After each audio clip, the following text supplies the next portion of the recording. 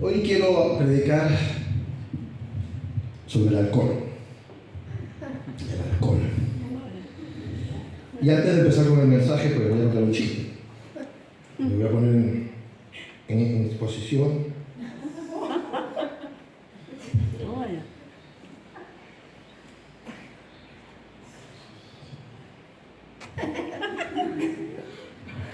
Tú es un borracho que llega al bar y dice: camarero, un vino por favor.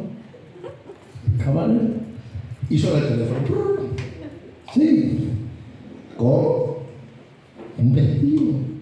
¿Y a mí qué me cuentas? Cómpralo. ¿Cuánto? 4.000. Sí, cómpralo. No estoy de broma. Cómpralo. Caballero, un vino, por favor. Suena el teléfono. Sí. ¿Qué? Unos zapatos, un vestido. Cómpralo. ¿Cuánto? 1.500. ¿Cristian qué? Cristian Castro. Cristian Dior, ¿no? Yo también uso Dior, pero Dior ordinario. Cómpralo, sí. No estoy de broma. Caballero. Suena el teléfono. Sí. Un bolso, claro. Cómpralo. ¿Cuánto? 1.000 euros. ¿Qué? ¿Luis qué? Luis Buchón. Luis Butón. Cómpralo. ¿Todavía que me cuenta? No estoy de broma, usa la tarjeta. Pasa la tarjeta. Camarero. Suena el teléfono. A ver, por favor, ¿de quién es este móvil? ¿De quién es este móvil, por favor? Bueno. No voy a hacer defensa del alcohol, por supuesto. Ni una apología de la borrachera, no es pecado.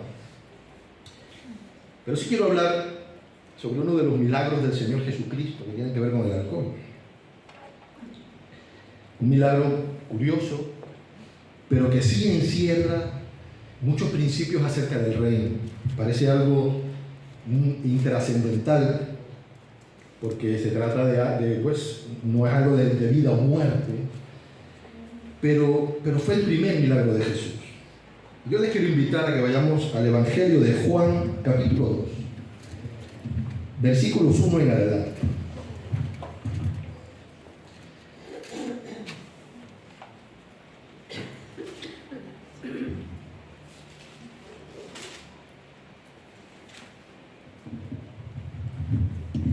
Las bodas de Caná de Galilea.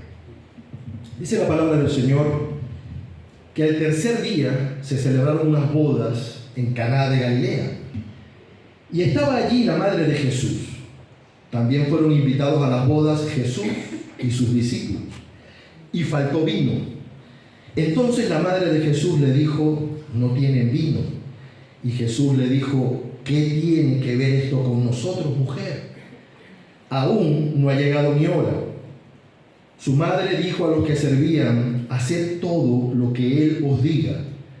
Había allí 6 tinajas de piedra para agua, dispuestas para el rito de purificación de los judíos. En cada una de ellas cabían 2 o 3 cántaros. Y Jesús les dijo: llenad de agua estas tinajas. Y se llenaron hasta arriba. Entonces les dijo: sacad ahora un poco y presentadlo al encargado del banquete. Y se lo presentaron.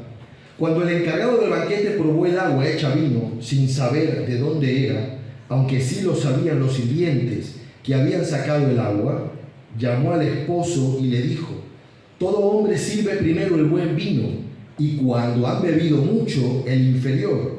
Sin embargo, tú has reservado el buen vino hasta ahora.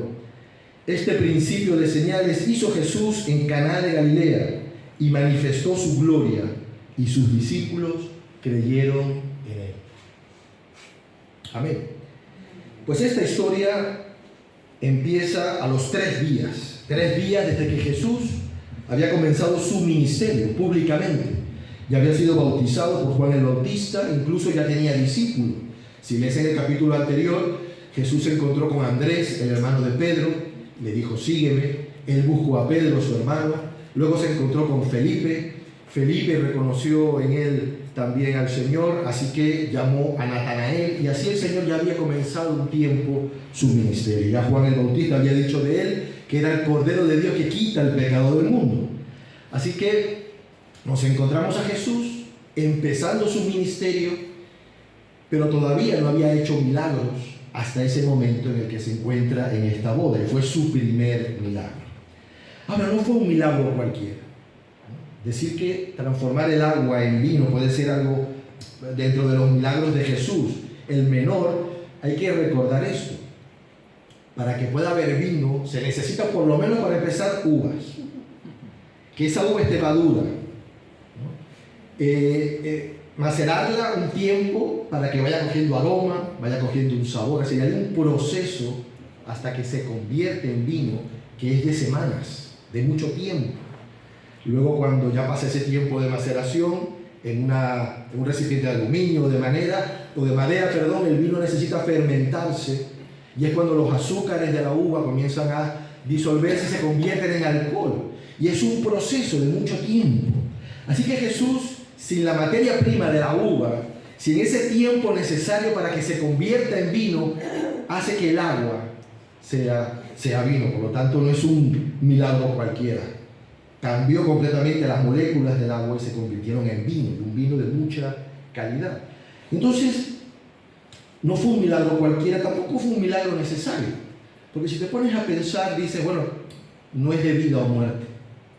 Que en una fiesta se acabe la bebida, pues tampoco es el fin del mundo. No se trata de un muerto que resucita, ¿no? Una viuda que recibe a su hijo. No se trata de una persona que se está muriendo de hambre, de una multitud hambrienta. No se trata de un enfermo que está sufriendo. No se trata de un endemoniado que requiere liberación. No se trata de un grupo de pescadores que se pueden ahogar en una tormenta y entonces el Señor la calma. Se trata de convertir el agua en vino, en una fiesta. Pero, aunque parezca así, este relato señala principios del reino. Así que es mucho más que un milagro que puede parecer anecdótico, curioso. Hay mucho más detrás de todo esto.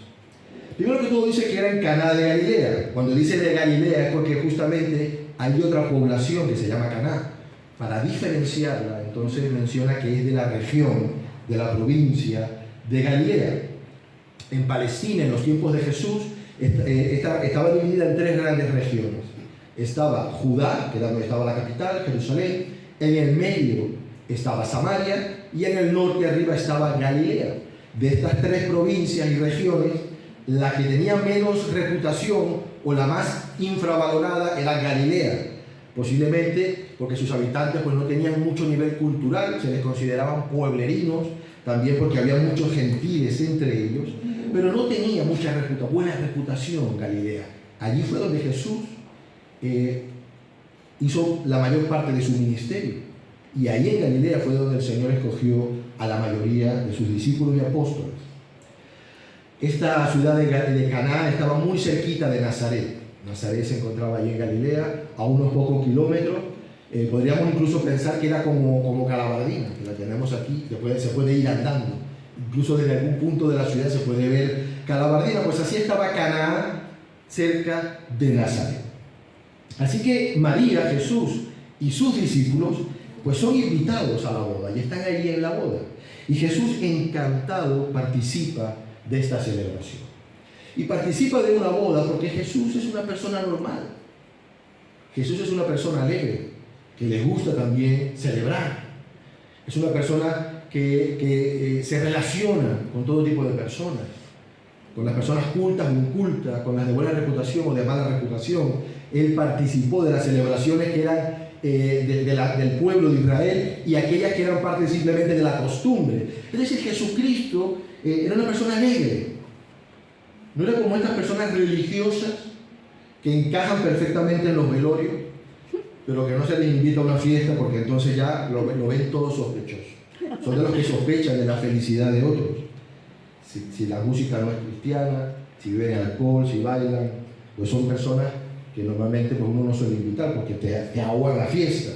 No se dan cuenta este tipo de personas que se pescan más moscas con miel que con vinagre. Yo siempre he dicho que parece que han sido bautizadas en vinagre, ¿verdad? ¿No? ¿No se dan cuenta que se pueden conducir más almas al cielo cuando el cielo lo llevas en la cara que el infierno? Porque con sus gestos, con sus palabras, con su forma, parece que están viviendo el infierno más que el cielo, donde el Señor nos quiere tener. Así que Jesús no es un religioso como estos que conocemos, es una persona alegre, le gusta la fiesta, en orden, por supuesto. Entonces ahí se encontraba con sus discípulos, celebrando esta ocasión especial. No se menciona a José, posiblemente porque José ya había muerto, seguramente falleció joven, porque solo se le recuerda en el nacimiento de Jesús, y se le menciona cuando Jesús se pierde en el templo, que tenía 12 años.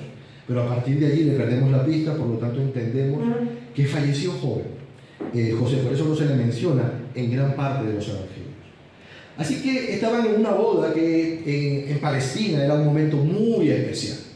Era una oportunidad de celebración. Recordemos que estaba dividida en pequeñas aldeas, pequeñas poblaciones, todo el mundo se conocía, y era una oportunidad para poder disfrutar de la vida, porque en una sociedad donde había mucha pobreza y además un trabajo muy duro, pues cuando llegaban estos momentos, pues generaban mucha alegría. Así que allí se encontraban en ese momento, y María se percata de que se acaba el vino, la bebida. Posiblemente esto ocurre porque o María era familiar de alguno de los novios, o tenía tanta confianza con la familia que estuvo allí pendiente y se enteró, se percató de que se había acabado el vino. Es más, tiene tanta confianza que incluso le da órdenes a los sirvientes para que obedezcan a Jesús. Entonces María seguro que ahí tenía una relación muy estrecha, por eso se toma la libertad de preocuparse de esta situación que para los que vivían en aquella época era terrible, porque para los orientales la hospitalidad es un deber sagrado. Y en una boda, si se acaba la bebida o se acaba la comida, pues era también una humillación terrible. Entonces lo que comenzó como algo maravilloso y feliz podía terminar con amargura, precisamente porque se les había acabado el vino. Así que cuando María le dice a Jesús, preocupada porque los novios podrían quedar humillados por quedarse sin vino, Jesús le contesta de una forma bastante extraña. Le dice en el versículo 4, ¿qué tiene que ver esto con nosotros, mujer? En pocas palabras le está diciendo, no me comprometas con esto porque aún no ha llegado mi hora. Es decir, el Señor sabía los momentos en los que Él iba a ir manifestando que era el Mesías, el momento en el que iba a ser crucificado por los pecados, pero él sabía cuándo todavía no lo era, entonces Él evitaba que llegara ese momento. Por eso muchas veces cuando hizo una sanidad, le decía a las personas, no digas nada, no digas quién soy, qué es lo que pasó, para evitar que llegara anticipadamente ese tiempo. Así que le dice, no me comprometas con esto, mi hora todavía no ha llegado. Pero Jesucristo, en su compasión, en su amor, empatizando con los novios, pues decide ayudarlos. No solamente celebrar con ellos, sino también ayudarlos en un momento en el que se necesitaba ayuda. Ahora bien, le dice, ¿qué tienes conmigo, con nosotros, mujer?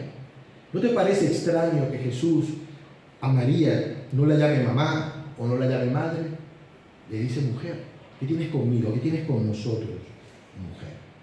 De hecho, y aquí hago un paréntesis, porque no es casualidad que esto aparezca aquí así.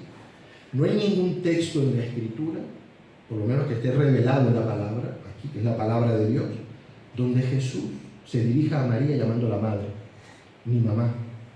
De hecho, las dos ocasiones en las que Jesús habla con María, le llama mujer. Uno es este texto y el otro en la cruz. En el peor momento, cuando se está desangrando, clavado en la cruz, está María y el discípulo amado, en las que la mayoría coincide de que es Juan. Y Jesús le dice, mujer, he ahí tu hijo, hijo, he ahí tu madre. La llama mujer, no es extraño. Yo no llamo a mi madre mujer, yo le digo mamá, mamita, madre, pero mujer. ¿Quién de aquí ha llamado a su madre mujer alguna vez? ¿Por qué razón Jesús no la llama madre, no la llama mamá? Porque María tiene títulos. Se le llama la madre del cielo, la madre de Dios, pero esos títulos no aparecen en la Escritura. De hecho, ni siquiera Jesús la llamó madre, la llamó mamá, la llamó mujer. ¿No? Ahora, el título que ella sí se otorga a sí misma, lo encontramos en Lucas capítulo 1, versículo 38. Lucas 1, versículo 38. Dice que cuando María visitó a Elizabeth, su prima, dice el versículo, entonces María dijo, aquí está la sierva del Señor, hágase conforme a tu palabra. Y el ángel se fue de su presencia. Aquí cuando el ángel le comunica que se ha concebido en su vientre a Jesús. Y ella le responde, he aquí tu sierva. Es decir, ella se consideró sierva, servidora de Dios. Ese es el título que ella se coloca a sí misma, una servidora de Dios. Luego cuando visita a su prima, que era lo que dije al principio, mira lo que ella dice sobre sí misma. Versículo 46 en adelante dice, entonces María le dijo, engrandece mi alma al Señor y mi espíritu se regocija en Dios mi Salvador. Ella misma reconoce que también necesita un Salvador, como tú y como yo. Ella no se convirtió en un ser divino cuando murió. Ella es un ser humano como tú y como yo, instrumento útil, porque Dios necesitaba encarnar a su Hijo para que naciera como ser humano en la tierra, y María fue la escogida por sus virtudes, pero también era un ser humano como tú y como yo, que necesitaba un Salvador. Incluso sigue diciendo, dice, porque has mirado la bajeza de su sierva, pues desde ahora me dirán bienaventurada todas las generaciones. Ella en su humildad reconoció que no era tampoco digna de ese privilegio. Y entonces ella está ahí viendo cómo se le ha otorgado algo tan grande, tan inmenso, y ella se considera que no lo merece. Porque María es un ser humano como tú y como yo, con grandes virtudes, tuvo a Jesús, pero no es la madre de Dios, no es una diosa, ni tampoco es la reina en el cielo. No, en ninguna parte de la Escritura encontramos que a María haya que orarle, o adorarle, o venerarle, de ninguna manera. Ni Jesús la llamó madre en ningún momento. Puedes leer los Evangelios, el libro de los Hechos, todo el Nuevo Testamento, no encontrarás ninguna referencia que muestre a María como un ser divino al que podamos orarle, hacerle peticiones. No aparece por ninguna parte. De hecho, la única orden que dio María en la tierra, por lo menos que encontramos en la Biblia, está en este texto de Juan. Ella dijo, haced todo lo que Él os diga, haced todo lo que Jesús os diga. Entonces, si tú quieres agradar a María, pues haz todo lo que Jesús te dice. Haz todo lo que Jesús te dice. ¿Y qué dijo Jesús? ¿O qué nos enseñó Jesús en la oración? Cuando enseñó a sus discípulos, ¿qué dijo? Madre nuestra que estás en los cielos, santificada sea tu nombre. No enseñó eso. Enseñó Padre nuestro que estás en los cielos. Él dijo, cuando ores, ¿no?, dice, hazlo en mi nombre, y el Padre que te escucha te dará lo que pidas. Eso fue lo que nos enseñó Jesús. Eso es lo que hicieron los discípulos, los apóstoles. En ninguna parte de la Biblia se encuentra que debemos orar a María, ni a los santos, ni a las vírgenes. Solo a Jesús. Es el único mediador entre Dios y los hombres. Es más, el único momento en que Jesús llamó madre a una mujer, lo encontramos en Mateo 12, versículo 46. 12, versículo 46 en adelante. El Señor Jesucristo está tan atareado en el ministerio que no tiene tiempo ni para descansar ni para comer. Y entonces se acerca su madre y sus hermanos y lo van a buscar. Dice el versículo 46. Mientras él aún hablaba a la gente, su madre y sus hermanos estaban afuera y le querían hablar, y le dijo uno, tu madre y tus hermanos están afuera y te quieren hablar. Respondiendo él al que decía esto, dijo, ¿quién es mi madre y quiénes son mis hermanos? Y extendiendo su mano hacia sus discípulos, dijo, estos son mi madre y mis hermanos, pues todo aquel que hace la voluntad de mi Padre que está en los cielos, ese es mi hermano, mi hermana y mi madre. Aquí es el texto donde encontramos que Jesús hace una referencia a su madre y lo dice de aquellos que hacen la voluntad del Padre. Su familia son aquellos que hacen la voluntad del Señor. Incluso en Hechos capítulo 1, María se encuentra con sus hijos, sus otros hijos, porque María tuvo más hijos que Jesús. María estaba casada. Es lo normal. Dios creó el matrimonio, creó el sexo dentro del matrimonio. Y dijo: fructificad y multiplicaos. Y María y José tuvieron más hijos. Por eso cuando se habla de los hermanos de Jesús, no se habla como nosotros que somos hermanos, se habla de sus hermanos de sangre. Y allí estaba, dice la Escritura, en Hechos capítulo 1, versículo primero del 4 al 5.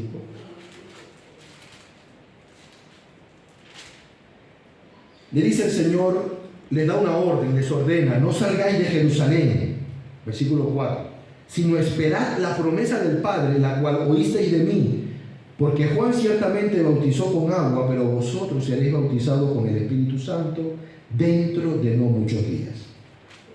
Versículo 13, dice: cuando llegaron, subieron al aposento alto donde se alojaban Pedro, Jacobo, Juan, Andrés, Felipe, Tomás, Bartolomé, Mateo, Jacobo, hijo de Alfeo, Simón el celote y Judas, hermano de Jacobo. Todos estos perseveraban unánimes en oración y ruego con las mujeres y con María, la madre de Jesús, y con sus hermanos. Es decir, María también estaba orando, obedeciendo lo que dijo su hijo para recibir la promesa del Espíritu Santo. Por lo tanto, no hay ninguna referencia que nos invite a nosotros, los creyentes, a orar a María, ni a los santos, ni a las vírgenes. La Biblia es muy clara cuando dice que debemos orar al Padre en el nombre del Señor Jesucristo. Eso es lo que nos enseña la Biblia. Esto simplemente haciendo un paréntesis en el texto que estamos leyendo, porque es curioso que le llame mujer, no le llame madre. Ahora, María fue su madre carnal, terrenal, pero no es su madre eterna, no es divina, no es una diosa, ¿no? Entonces dice el texto, dice: haced todo lo que Él os diga. Esa es la orden que nos da María en el texto, que hagamos lo que el Señor nos enseña, lo que el Señor nos dice. Y entonces dice que había allí 6 tinajas de piedra para agua, dispuestas para el rito de purificación de los judíos. En cada una de ellas cabían 2 o 3 cántaros. Y Jesús les dijo: llenad de agua estas tinajas, y las llenaron hasta arriba. Aquí nos encontramos con unas tinajas que son de piedra, es decir, son fijas, no son las de barro que todos podemos imaginar, porque estas contienen de 2 a 3 cántaros de agua. Nadie puede cargar eso, ni siquiera solamente el cántaro, porque al ser de piedra pesa muchísimo. Y estaban allí precisamente para poder cumplir la ley, porque las personas cuando llegaban a las casas venían, claro, de caminos de tierra, en sandalias. En el camino había barro, había polvo. Además de eso, una sociedad donde los animales circulaban por todas partes. Posiblemente había estiércol, podrían haber restos de animales. Entonces, todo eso te contaminaba ritualmente. Y entonces los judíos tenían que llegar, antes de entrar a su casa, antes de comer, tenían que hacer unos ritos de purificación, lavándose los pies, lavándose las manos, lavándose la cara. Recordemos que a Jesús lo criticaron con sus discípulos por no hacer esto. Entonces allí estaban esas tinajas de agua dedicadas a eso, al rito de la purificación. Y Jesús manda llenarlas, y se llenan hasta arriba, sobre todo para que nadie pueda pensar que ahí se echó otra cosa. Solo había agua en las tinajas. Y cuando se realiza el milagro, dice Jesús que le lleven ahora, aparte de esa agua, al maestro de la ceremonia, al responsable, al maestresala, al maître de la boda. Y entonces él le dice llama al novio, no llama a Jesús, llama al novio, le quiere explicar algo. Le dice: mira, en las fiestas, porque él no sabía que se había producido un milagro. Él lo único que vio y se dio cuenta de que ese vino era de una calidad excelente, pero que normalmente se suele colocar al principio, cuando las personas están con todos sus sentidos, que pueden realmente valorar la calidad de la bebida, de la comida, y no al final, cuando la gente ya está llena, harta, y ya no valora, ya no percibe realmente la calidad de los alimentos. Entonces le quiere explicar y le dice: mira, esto no se hace así, tú has dejado para el final el mejor vino. Entonces Juan estaba escribiendo desde un doble trasfondo. Él está escribiendo tanto para una iglesia, porque el Evangelio de Juan fue dirigido a la iglesia 70 años después del inicio de la iglesia, Y él está dejando estos detalles aquí porque él está pensando primero en los judíos, que entienden lo de las tinajas, pero también está hablando a los griegos, porque la iglesia ya estaba compuesta no solo de judíos convertidos, sino de no judíos convertidos a Cristo, pero que se habían educado en la cultura griega. Entonces él está pensando en esto. Él está intentando dejar una enseñanza acerca del reino de Dios. Y desde el punto de vista judío, Juan les recuerda que son 6 tinajas para el rito de la purificación, precisamente porque para los judíos los números son importantes. Dije hace un tiempo que el 7 era un número que se repetía constantemente en la Escritura, que tenía un valor simbólico, que representaba el número de Dios, el número perfecto, el número de la plenitud. Y el 6 representa lo contrario, representa la imperfección. Porque para los judíos el 6 es el día, es el número que representa al ser humano, porque en el 6º día creó Dios al ser humano, según Génesis 1:26.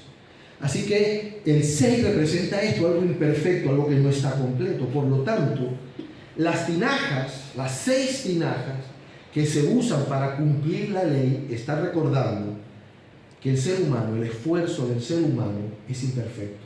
No puede llegar a agradar a Dios, que no puede limpiar los pecados. La ley no puede quitar el pecado, lo puede cubrir. Por eso continuamente el hombre tenía que presentar sacrificio, tenía que estar haciendo ritos de purificación constantemente, porque no había un sacrificio que fuese perfecto. Entonces les está recordando que la ley no ha sido perfeccionada, porque Jesús traería un nuevo convenio, un nuevo pacto que iba a ser en su sangre. Así que Jesucristo, aquí el evangelista les está recordando por una parte esto: la ley no puede perfeccionar al pecador, pero Cristo sí trajo un nuevo pacto, un nuevo y mejor pacto, un pacto que Él se lo recuerda como en una última cena, levantando una copa con ¿qué? Con vino, diciendo: esto simboliza mi sangre que por vosotros es derramada. Aquí vemos al Señor Jesucristo comenzando su ministerio, mostrando su gloria, convirtiendo el agua en vino, y vemos al Señor Jesucristo al final mostrando su gloria en las bodas del Cordero, bebiendo del fruto de la vida. Son principios que hablan del reino. Allí estaremos con el Señor con cuerpos nuevos y glorificados, bebiendo del fruto de la vid. El vino es un sinónimo de alegría. Y el reino de Dios es un reino de gozo, es un reino de paz, es un reino de esperanza, es un reino de alegría, porque hay buenas noticias. La buena noticia de que Dios quiere perdonar tus pecados. Porque cuando un pecador se arrepiente, dice que hay fiesta en los cielos. Entonces aquí Jesús, el evangelista, quiere hacer ver que el Señor trajo algo nuevo, algo bueno, algo mejorado y perfecto que la ley no podía hacer. Así que el reino de Dios es poder. El evangelio es poder para salvación de todo aquel que cree. Cambia las vidas, hace algo nuevo, como nuevo hizo el Señor a todo aquel que cree en Él. Por eso el Señor Jesucristo también en la cruz rechazó el vino mezclado con mirra. Recordemos que Él le dijo a sus discípulos en la última cena: no volveré a tomar este fruto de la vid hasta que esté de nuevo con vosotros. ¿Dónde? En su reino. Allí en ese lugar de la eternidad, donde íbamos a celebrar por siempre la victoria completa sobre el pecado, y íbamos a estar con el Señor por toda la eternidad. Allí volveremos, le dijo al Señor, volveré a tomar el fruto de la vid. Y en la cruz se le ofreció vino mezclado con mirra, porque la crucifixión era tan terrible que incluso los mismos soldados romanos a veces sentían compasión de los que estaban siendo crucificados.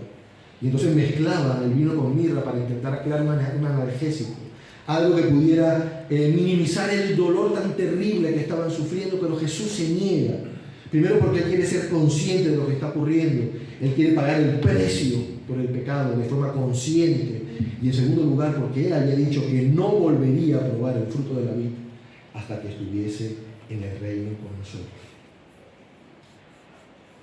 Así que vemos aquí este primer paso, y luego el Señor pide llenar las tinajas, las llenan hasta rebosar. Y las llenan hasta rebosar, hermanos, porque la gracia de Dios es abundante y es para todos. Dios tiene para todo ser humano su perdón, su amor, su misericordia. Y Dios lo que hace, lo hace en abundancia. No lo hace a medias, no lo hace faltando un poco, lo hace para que sobreabunde. Incluso mejor que sobre, para que nadie se quede fuera. Cuando el Señor multiplicó los panes y los peces, sobraron 12 cestas llenas de pedazos. Cuando hubo la pesca milagrosa, dice que eran tantos los peces que las barcas se hundían, porque el Señor cuando hace algo lo hace en abundancia. Y su gracia es abundante para nosotros. Nos ama con tanto amor que sobreabunda, Pero para ver el milagro, aquí también tiene que haber una parte nuestra. Porque los sirvientes obedecieron al Señor, no le pusieron pegas, estaban cansados, no dejaban de ir para acá y para allá. Si tú has estado en una boda, ves a los camareros de aquí y para allá, corriendo, cansados, y les dice, ahora llenen ustedes las tinajas de agua. Y el agua no llegaba por un grifo, había que ir al pozo o al río, llevar cántaros. Y dice que en cada uno cabían 2 y 3 cántaros. Por lo menos 18 viajes le tocó al que lo llenó de agua, y sin embargo obedeció al Señor, hizo un esfuerzo. Y ellos fueron los que vieron la gloria de Dios, vieron el poder de Dios cuando se transformó esa agua en vino. Y digo esto porque hay personas que quieren milagros que no les cuesten nada. Quieren las cosas sin hacer ningún esfuerzo. Necesitamos servir al Señor, porque los que sirven son los que ven la gloria de Dios, los que están allí, día a día, sirviendo al Señor sin poner excusas, sirviendo de todo corazón. Entonces vemos a Juan hablando de esta manera, con estos detalles, a los judíos que conocían y sabían de lo que se les estaba hablando, pero también hablaba para los griegos. Porque Juan les está diciendo que ese Jesús que está transmitiendo en el texto es el que hace realidad aquellos anhelos del corazón del ser humano, que es cambiar, que es tener algo diferente. Porque los griegos también tenían sus dioses, y tenían un dios para el vino, que era el dios Dionisio. Y ellos también conocían historias y conocían mitos, pero nunca los habían visto. Solo eran historias que les contaban.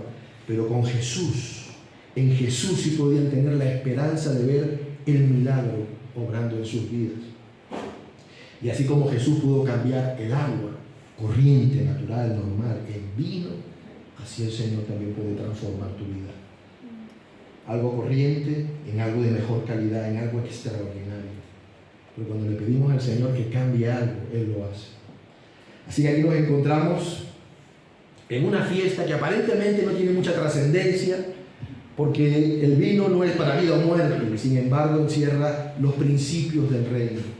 Algo que da comienzo, pero que se va a terminar en el final, en aquellas bodas del Cordero. Algo que el Señor fue manifestando durante su ministerio, enseñando que iba a traer un nuevo pacto, algo nuevo, que iba a ser algo nuevo. Por eso el Evangelio, la palabra del Señor dice que si alguno está en Cristo es nueva criatura, algo nuevo, y se estaba empezando a dar.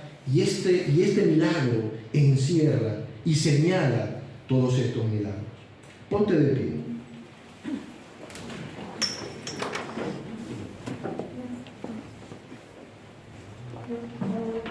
Principalmente, la enseñanza es que Jesús puede transformar, puede cambiar.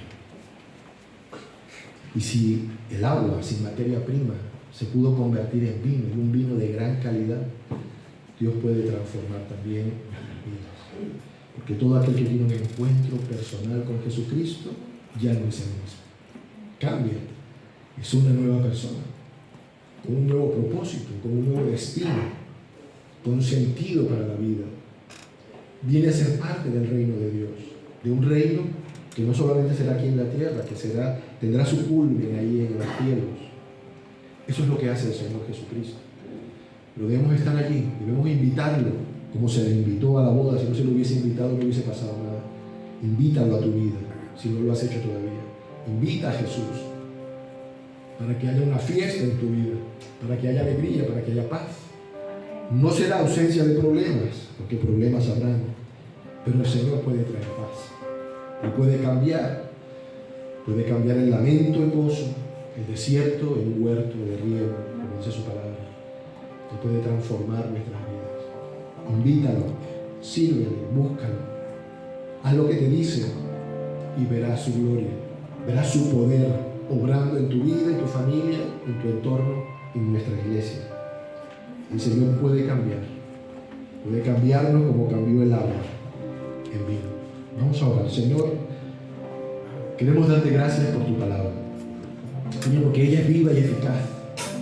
Tu palabra es un maravilloso tesoro para nuestras vidas, Señor, que nos revela tu gracia, ese amor maravilloso que nos da lo que no merecemos, que nos da perdón, que nos da misericordia. Señor, tu paciencia, el querer reconciliarte con nosotros. Gracias, Señor. Señor, gracias por todo lo que has hecho, por todo lo que haces y por todo lo que harás. Por el milagro del nuevo nacimiento, porque abres nuestros ojos a una nueva realidad, nos haces nuevas criaturas. Amado Dios, reconocemos que todavía hay mucho que cambiar, hay mucho que mejorar, pero estamos en el proceso. Y quiero pedir, Señor, por aquellos que hoy están aquí y tal vez nunca le han entregado su vida a Jesús, no lo han invitado. Y oramos, Señor, para que ellos te dejen entrar. Ellos reconozcan, Señor, sus pecados, sus ofensas y a Jesús como su Señor y Salvador. Y también oramos, Señor, por aquellos que ya estando en ti, luchan, Señor, luchan queriendo cambios, luchan queriendo ver nuevas cosas. Y oramos también, Señor, porque tú sigues obrando y sigues trabajando.